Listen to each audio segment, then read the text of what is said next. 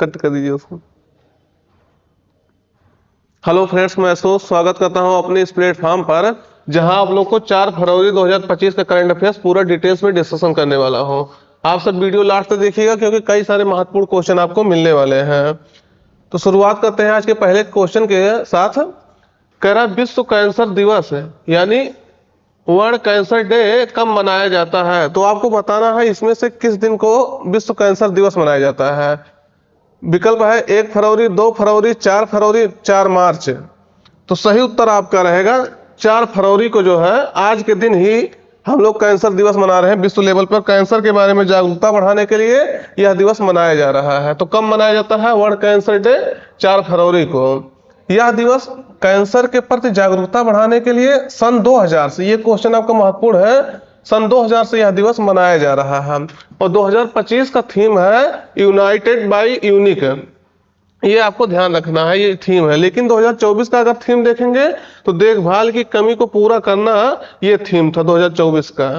देखिए क्या होता है, थीम जो है कई बार पूछा जाता है, प्रीवियस ईयर का क्वेश्चन थीम पूछ लिया जाता है कंफ्यूज करने के लिए। तो ये 2024 का थीम था देखभाल की कमी को पूरा करना, और अब की वर्ष का जो है थीम है यूनाइटेड बाय यूनिक है।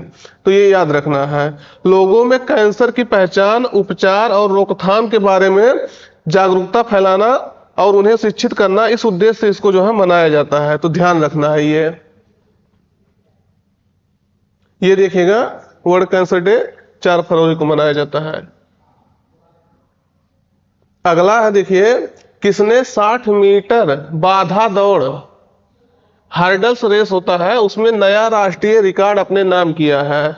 तो ये आपको बताना है किसने किया है। बाधा दौड़ क्या होता है कि जैसे हम लोग, आप लोग कई बार देखे होंगे पुलिस के दौड़ के लिए या किसी आर्मी के दौड़ के लिए दौड़ते हैं खाली रोड पे, तो ये बाधा दौड़ है। इसमें जो है आपको बाधा मिलेगा, उसमें आपको दौड़ना होता है। तो इसमें पूछ रहा है किसने रिकॉर्ड अपने नाम किया है। विकल्प है तेजस सिरसे, नवदीप सैनी, अभिनव सिन्हा, संदीप कादरिया। तो सही उत्तर आपका है तेजस सिरसे। तेजस सिरसे ने जो है नया रिकॉर्ड अपने नाम किया है, वो भी 60 मीटर के बाधा दौड़ में। ये आपको ध्यान रखना है। डिटेल्स देख लीजिए। तेजस सिरसे ने फ्रांस में, इसका आयोजन भी आपसे पूछा जा सकता है, कहाँ हुआ था इसका आयोजन? फ्रांस में एथलीट इंडोर ट्रैक मीरामास मीटिंग में 60 मीटर बाधा दौड़ में नया रिकॉर्ड बनाया है। कब हुआ था इसका आयोजन? 1 फरवरी 2025 को हुआ था। तो ये आपको ध्यान रखना है। कौन किया है? तेजस सिरसे। ये आपके औरंगाबाद महाराष्ट्र से जो है बिलोंग करते हैं, भारतीय हैं। तो याद रखना है। ये जो है 7.64 सेकंड में, ये आपको सेकंड याद रखना है, इतने सेकंड का प्रभावशाली समय लेकर अपना ही पिछला रिकॉर्ड जो है तोड़ दिया है, और रजत पदक इन्होंने जो है जीता है, सिल्वर अवार्ड। तो ध्यान रखना है। यह इस साल का उनका दूसरा रिकॉर्ड तोड़ने वाला प्रदर्शन है। तो ये भी आपको ध्यान रखना। कहता है आपकी बार दूसरा है रिकॉर्ड, जो अपना खुद रिकॉर्ड इन्होंने तोड़ा है।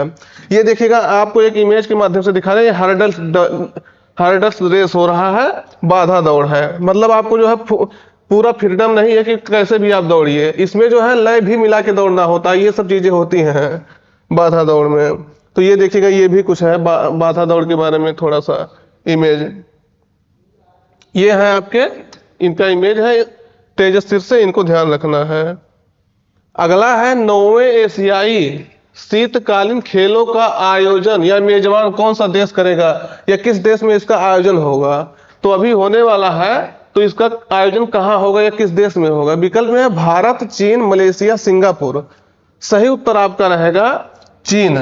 आप लोग देखिए विकल्प बताया करिए जो पूछ रहे हैं, अगर आप लोग जान रहे हैं तो। नहीं जान रहे तो देख के उसको जो है याद किया करिए, क्योंकि क्वेश्चन यहीं से आपका पूछा जाएगा।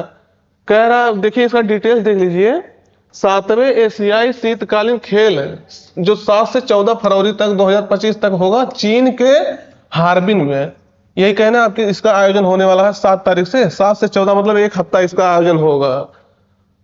इसमें क्या होगा, 59 एथलीटों और 29 अधिकारियों सहित 88 सदस्यीय भारतीय दल जो है इस प्रतिस्पर्धा को जो है भाग लेगा। इस प्रतिस्पर्धा में alpine skiing, cross country skiing, figure skating, ये सब जो है आपका है खेल। देख लीजिएगा, इसमें एथलीटों को जो है वित्तीय सहायता इसमें मिलेगी। तो ध्यान रखना है ये। अभी इसका जब आयोजन पूर्ण रूप से हो जाएगा, कौन सा देश इसका विजेता रहा, तब आपको डिटेल्स में इसका बता दिया जाएगा। अगला क्वेश्चन देखिएगा, भारतीय रेलवे ने रेलवे सेवाओं, जो रेलवे से संबंधित सर्विसेज है, उसको एक ही प्लेटफॉर्म पर एकत्रित करने के लिए किस ऐप को लॉन्च किया है? तो आपको बताना है क्या होता है कि भारतीय रेलवे, आप जाना कई सारे ऐप ये चला रहा है, उसके अलग अलग सेवाएं अलग अलग ऐप पर मिलती हैं। टिकट बुक करना है कहीं, खाना मिलना है कहीं, और चीजें देखना है तो कहीं। तो वो कह रहा है कि रेलवे ऐसा ऐप बना है जिसके सभी सर्विसेज जो है एक ही प्लेटफॉर्म पे आपको मिल जाए, तो ऐसा एक ऐप लॉन्च किया है। तो देखिएगा यहाँ स्वरेल है, यहाँ है रेल सेवा, शायद आपका कट गया है थोड़ा सा, ये रेल सेवा ऐप है। उसके बाद भारत सेवा रेल सुविधा, तो सही उत्तर आपका रहेगा स्वरेल जो है इस ऐप को लॉन्च किया है। कौन किया है? भारतीय रेलवे ने किया है। ये देखिएगा आपका स्वरेल है, यही ऐप रेलवे द्वारा लॉन्च किया गया है, तो ध्यान रखना ये आपका इंपॉर्टेंट हो जाता है। अगला है देखिएगा, हाल ही में DRDO, defence research development organisation, ये DRDO ने अति लघु दूरी वायु रक्षा, इसको इंग्लिश में कहेंगे BSHORDA, तो इस प्रणाली को सफलतापूर्वक परीक्षण किया है। तो इसकी अधिकतम ऊंचाई सीमा क्या है? आपको बताना है ये कितने ऊंचाई सीमा तक जो है ये जा सकता है। तो विकल्प में है 2500 फीट, 6000 फीट, 12000 फीट, 15000 फीट। तो सही उत्तर आपका रहेगा सी, 12000 फीट की ऊंचाई पर ये जो है जा सकता है। इसकी सीमा, ऊंचाई सीमा ये इतना है। तो यह ध्यान रखना। अभी इसका डिटेल्स आप देख लीजिए। तो कहाँ इसका आयोजन हुआ, कहाँ इसका जो है सफलतापूर्वक परीक्षण हुआ, ये आपको ध्यान रखना, क्योंकि जो है ये क्वेश्चन आपसे पूछा जा सकता है यही कि इसका परीक्षण कहाँ किया गया है। तो चांदीपुर, आप जानते होंगे उड़ीसा के चांदीपुर में इस DRDO द्वारा बहुत सारे ज्यादा करके परीक्षण चांदीपुर में ही होता है। तो इसका ऊंचाई जो है 12000 फीट है। रक्षा अनुसंधान एवं विकास संगठन जो DRDO होता है ने 1 फरवरी 2025 को उड़ीसा के चांदीपुर तट पर बहुत कम दूरी की वायु रक्षा प्रणाली, जिसको कहते हैं very short range air defence system, इसका फुल फॉर्म यही है बसोरैड का के 3 उड़ान परीक्षण सफलतापूर्वक जो है किए हैं। तो आपको ध्यान रखना है कौन किया है? DRDO किया है, यही आपसे पूछा जा सकता है। दूसरे नंबर कहाँ किया है, इसका फुल फॉर्म क्या है, ये आपको ध्यान रखना है, very short range air defence system. इन परीक्षणों ने ड्रोन सहित उच्च गति, कम ऊंचाई वाले लक्ष्यों को रोकने की प्रणाली की क्षमता का प्रदर्शन किया है। और इस प्रणाली की सीमा 250 मीटर से 6000 मीटर तक है, और यह अधिकतम 12000 फीट की ऊंचाई पर, सॉरी देखिएगा यहाँ फीट है, यहाँ देखिएगा फीट है, ये मीटर हो गया है, इसको ध्यान रखना है। तो 12000 फीट की ऊंचाई पर काम कर सकता है, तो ये आपको ध्यान रखना है। ये देखिएगा आपका बसोरैड्स है, तो ध्यान रखना है, ये आपका इमेज है।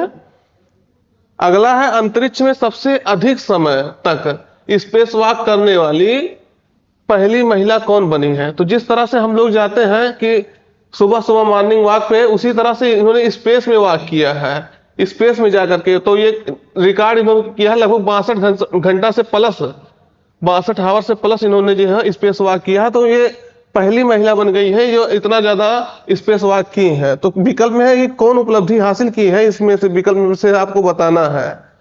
विकल्प में है Christina Koch, Sunita Williams, Peggy Whitson, इनमें से कोई नहीं। सही उत्तर आपका रहेगा सुनीता विलियम्स, भारतीय मूल की अमेरिकी महिला है। जानते होंगे काफी जून 2024 से काफी न्यूज में है, क्योंकि ये अंतरराष्ट्रीय स्पेस स्टेशन पर गई हुई थी। वहां ये जो है कुछ टेक्निकल खराबी के कारण इनके स्पेस क्राफ्ट में वो वापस नहीं आ पा रही हैं, तो उसके कारण से भी काफी न्यूज में रहती हैं। तो देखिएगा इनका डिटेल्स है। सुनीता विलियम्स ये उपलब्धि हासिल की है, भारतीय मूल की नासा की अंतरिक्ष यात्री है, एस्ट्रोनॉट है सुनीता विलियम्स। ये 62 घंटे 6 मिनट है, ध्यान रखना है, 62 घंटे 6 मिनट की स्पेस वॉक करके नया रिकॉर्ड अपने नाम किया है, तो ध्यान रखना है। इन्होंने नासा की ही पूर्व महिला एस्ट्रोनॉट है पेग्गी बिटसन, ये जो 60 घंटा 21 मिनट का रिकॉर्ड इनके पास था, उनके रिकॉर्ड को जो है तोड़ दी है। 62 घंटा इन्होंने 62 घंटा 6 मिनट का स्पेस वॉक करके इनका रिकॉर्ड तोड़ दिया है। तो ये ध्यान रखना किसका रिकॉर्ड तोड़ा है, तो ये पेग्गी बिटसन है, इनका ही नासा की ही एस्ट्रोनॉट है, तो ये भी आपको ध्यान रखना है। सुनीता विलियम्स और बुच बिलमोर, ये देखिएगा नोट्स के रूप में देख लीजिएगा। सुनीता विलियम्स हो गई और बुच बिलमोर, ये पुरुष है, ये महिला है। ये जून 2024 से अंतरराष्ट्रीय स्पेस स्टेशन, यहाँ देखिएगा इंटरनेशनल स्पेस स्टेशन पर फंसे हैं। तो क्या हुआ, बोइंग स्टारलाइनर से ये गए थे, 8 दिन के लिए मिशन था इनका वहाँ इंटरनेशनल स्पेस स्टेशन पर, ISS पर। वहाँ ये जो है फंस गए, जिसके कारण से जो है ये वहाँ से आ नहीं पा रहे थे। इनके बोइंग स्टारलाइनर में कुछ तकनीकी खराबी हो गई, जिसका जो है लाने के लिए स्पेसएक्स जो एलन मस्क का मिशन है और नासा कई सारे प्रयास कर रहे हैं। देखिए हो सकता है वो जल्दी जो है आए। तो ये देखिएगा ये स्पेस वॉक कर रही हैं सुनीता विलियम्स। तो ध्यान रखना है। अब आप अंतरराष्ट्रीय स्पेस स्टेशन देखेंगे, ये देखिएगा ये दोनों लोग जो है ISS इंटरनेशनल स्पेस स्टेशन पर जो है अपना समय बिता रहे हैं। तो देखिएगा ये आपके सुनीता विलियम्स हैं। इंटरनेशनल स्पेस स्टेशन क्या होता है, तो आप एक तरह से कह सकते हैं अंतरिक्ष में स्पेस में चलता फिरता एक घर है जो काफी लंबा चौड़ा है। देखिएगा इसकी लंबाई लगभग 100 मीटर से प्लस है, 100 मीटर से जो है प्लस है। चौड़ाई देखेंगे तो 90 मीटर से इसकी प्लस 90 मीटर से प्लस इसकी चौड़ाई है। इसकी स्थापना कब हुई थी इंटरनेशनल स्पेस स्टेशन का, 1998 में, 1998 में इसका स्थापना हुआ था। तो ध्यान रखना है कब हुआ था, 1998 में।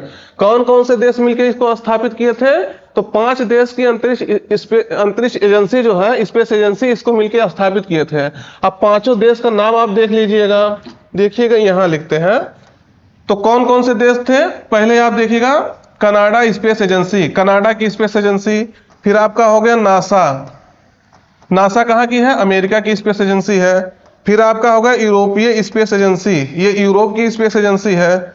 उसके बाद आपका आएगा रॉसकॉसमॉस, रॉसकॉसमॉस, ये कहाँ की है, आपकी रूस की है। और अगला है जाक्सा, जापान की। ये 5 स्पेस एजेंसी मिल करके इस स्टेशन को लॉन्च किए थे, इंटरनेशनल स्पेस स्टेशन को। तो ये आपको ध्यान रखना है। 5 ये आपसे ये डायरेक्टली पूछा जा सकता है कि मान लीजिए CS से ये कहाँ, किस देश की स्पेस एजेंसी है।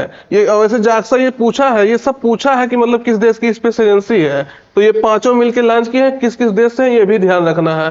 कब लॉन्च किया गया था आपको बता दिया, 1998 में, 1998 में। तो ध्यान रखना भारत जो है, भारत अपना 2040 तक अपना खुद का स्पेस स्टेशन लॉन्च करने के लिए घोषणा कर चुका है। तो ये भी आपको ध्यान रखना है। फिर नेक्स्ट क्वेश्चन पे चलते हैं। कह रहा केंद्रीय बजट देखिएगा पहले बात कि बजट से संबंधित महत्वपूर्ण बातें कल आपको जो हम डिटेल्स में डिस्कशन कर देंगे, इसलिए कल लेक्चर थोड़ा लंबी भी हो गया होगा, देखे होंगे। तो वहां बजट से संबंधित जितने महत्वपूर्ण बात थी सब आपको डिस्कशन कर दिया गया। आप जानिएगा कि लगभग क्वेश्चन जो बजट से पूछने वाले थे वहां हम कल आपको डिस्कशन कर दिए थे।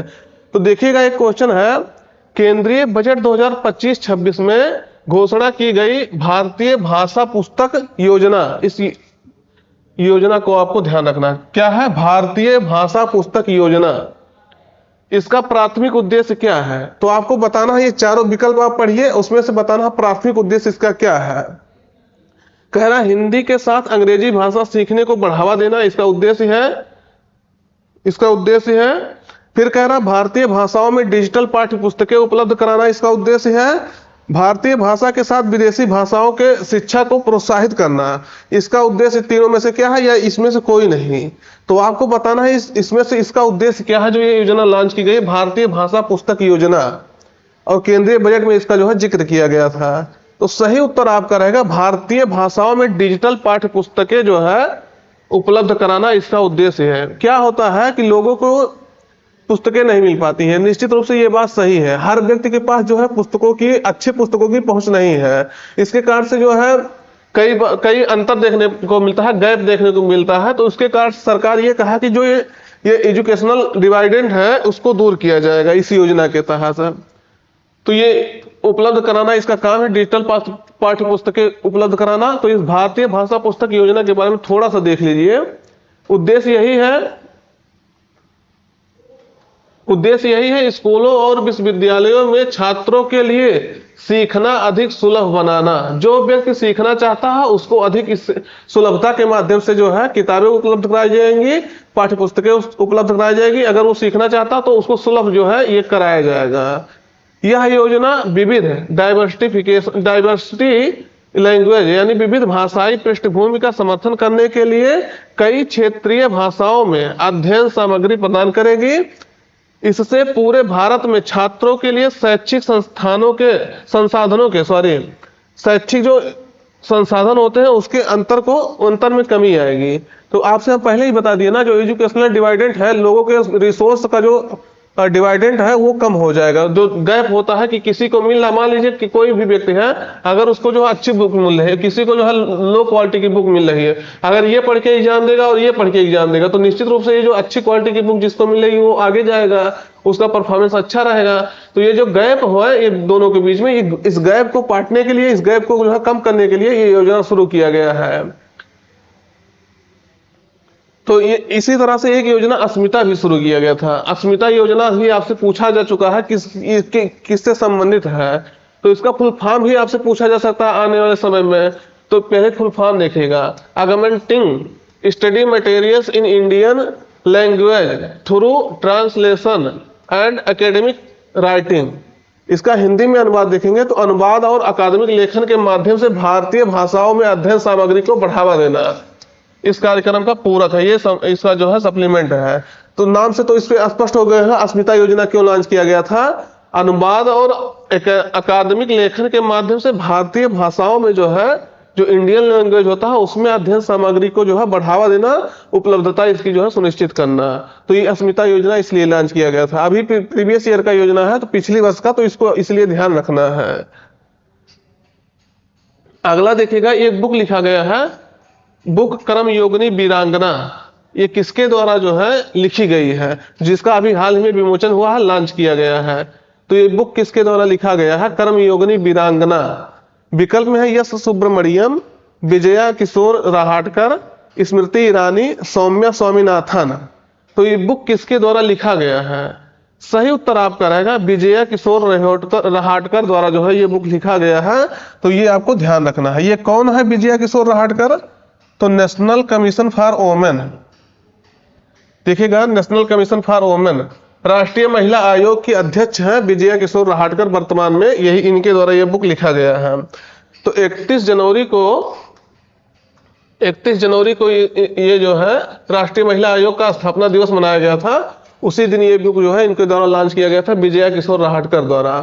तो राष्ट्रीय महिला आयोग की अध्यक्ष विजया किशोर राहटकर ने अपनी पुस्तक कर्मयोगिनी वीरांगना के पहले संस्करण का जो है विमोचन किया, लॉन्च किया है। यह पुस्तक अहिल्याबाई होलकर, ये आपको ध्यान रखना है, पुस्तक ये किस पे संबंधित है, तो अहिल्याबाई होलकर के साहस हो, उनके बलिदान, उनके नेतृत्व क्षमता पर जो है आधारित है। तो ये आपको ध्यान रखना है। अब नेशनल कमीशन फॉर वुमेन देख लीजिएगा थोड़ा सा, राष्ट्रीय महिला आयोग जिसे कहते हैं हम लोग, इसका गठन जो है 31 जनवरी 1992 में हुआ था। ये आपसे क्वेश्चन पूछा जा चुका है। इसकी पहली अध्यक्ष जो है जयंती पटनायक थी, उड़ीसा से है ये। इनका जो है ये क्वेश्चन आपका ये भी पूछा जा चुका है, राष्ट्रीय महिला आयोग की पहली महिला अध्यक्ष कौन थी, पहली अध्यक्ष कौन थी, क्योंकि जो है महिला अध्यक्ष नहीं यहाँ आपका पूछा जाएगा, क्योंकि राष्ट्रीय महिला आयोग तो महिला ही अध्यक्ष इसकी होती हैं। तो जयंती पटनायक जो है इसकी अध्यक्ष हैं।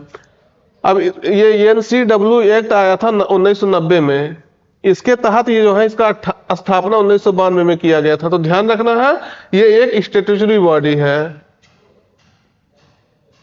इसका मतलब क्या होता है, संवैधानिक बॉडी है, सॉरी संवैधानिक होता है कॉन्स्टिट्यूशनल बॉडी, जिसका संविधान में वर्णन होता है। लेकिन ये स्टैट्यूटरी बॉडी है जो संसद द्वारा एक्ट ला करके जो है पास किया जाता है। तो ये देखिएगा एक्ट है 1990 का एक्ट आया था, NCW act, national commission for womens act 1990। तो ये कैसा बॉडी है आपका, सांविधिक बॉडी है, ना कि संवैधानिक है। तो ध्यान रखना है, संविधान में इसका वर्णन नहीं किया गया है। तो ये देखिएगा विजया किशोर राहटकर है, महाराष्ट्र राज्य की जो है महिला कमीशन रह चुकी हैं। तो ध्यान रखना है। अगला है देखिएगा, किस राज्य सरकार द्वारा माना मित्र पहल शुरू किया गया है। तो आपको बताना है किस राज्य सरकार द्वारा ये शुरू किया गया है। विकल्प में है तेलंगाना, आंध्र प्रदेश, उड़ीसा, कर्नाटक। तो आप बताइए किस राज्य सरकार द्वारा ये पहल शुरू किया गया है?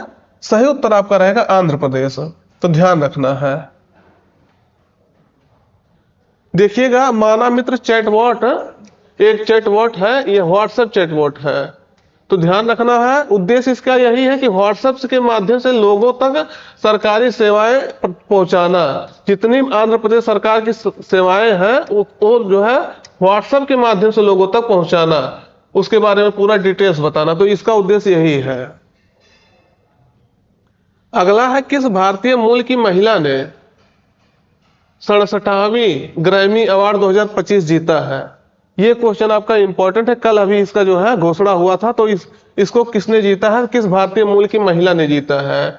तो क्या था, ये था 67वीं ग्रैमी अवार्ड था 2025। तो ध्यान रखना। विकल्प में है इंदिरा टंडन, चंद्रिका टंडन, विजया रहाटकर, प्रियंका चोपड़ा। तो किसने जो है भारतीय मूल की महिला ने ये जीता है? सही उत्तर आपका रहेगा चंद्रिका टंडन। ये इंदिरा टंडन की बहन है।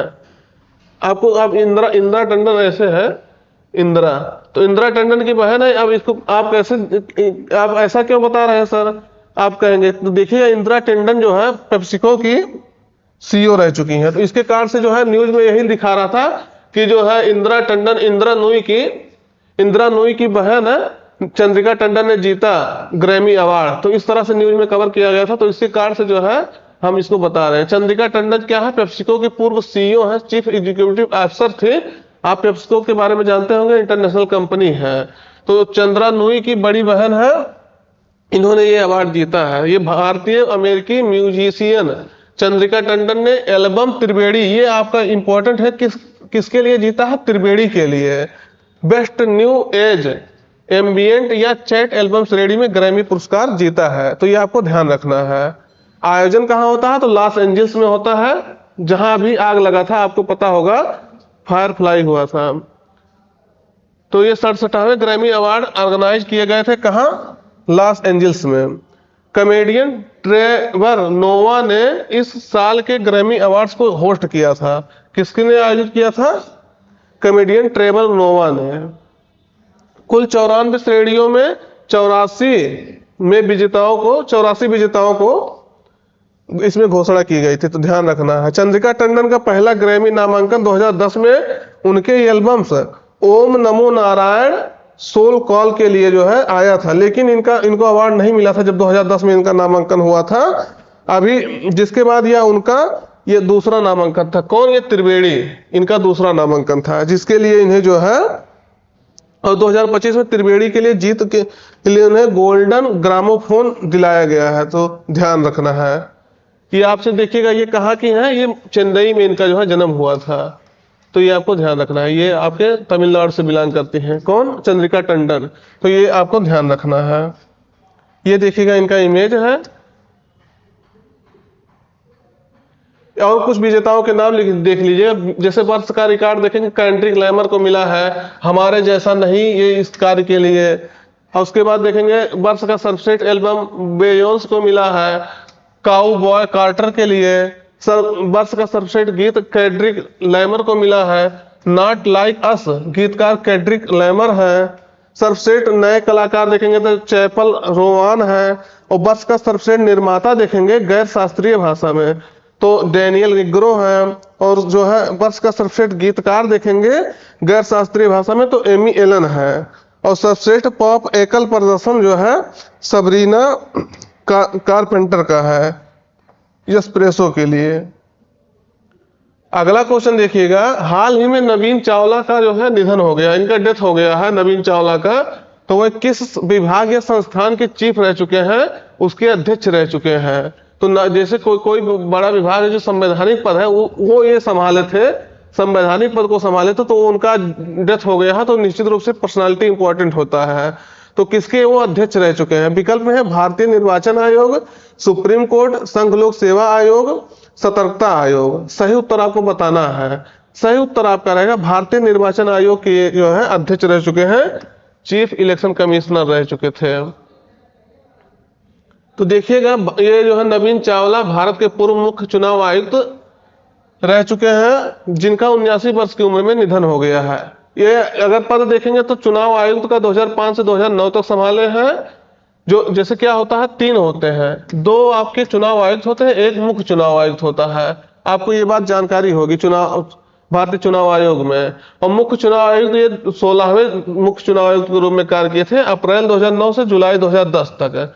तो अभी बहुत ज्यादा समय नहीं हुआ इनको ये पद संभाले हुए, तो याद रखना है। तो इनका एड्रेस हो गया था, इसके कार्ड से न्यूज में था। चुनाव आयोग की स्थापना जो है 25 जनवरी 1950 को हुआ था, तो ये आपको ध्यान रखना है। इसीलिए 25 जनवरी को हम लोग जो है मतदाता दिवस मनाते हैं। तो ये आपका इंपॉर्टेंट था। आज का सेशन दोस्त यहीं तक रखते हैं। आज का महत्वपूर्ण करंट अफेयर जो आपको बता दिए। सेशन कैसा लगा आप जरूर बताइएगा कमेंट करके। उसके बाद वीडियो जो है अपने दोस्तों तक एक बार जरूर शेयर करिएगा। धन्यवाद।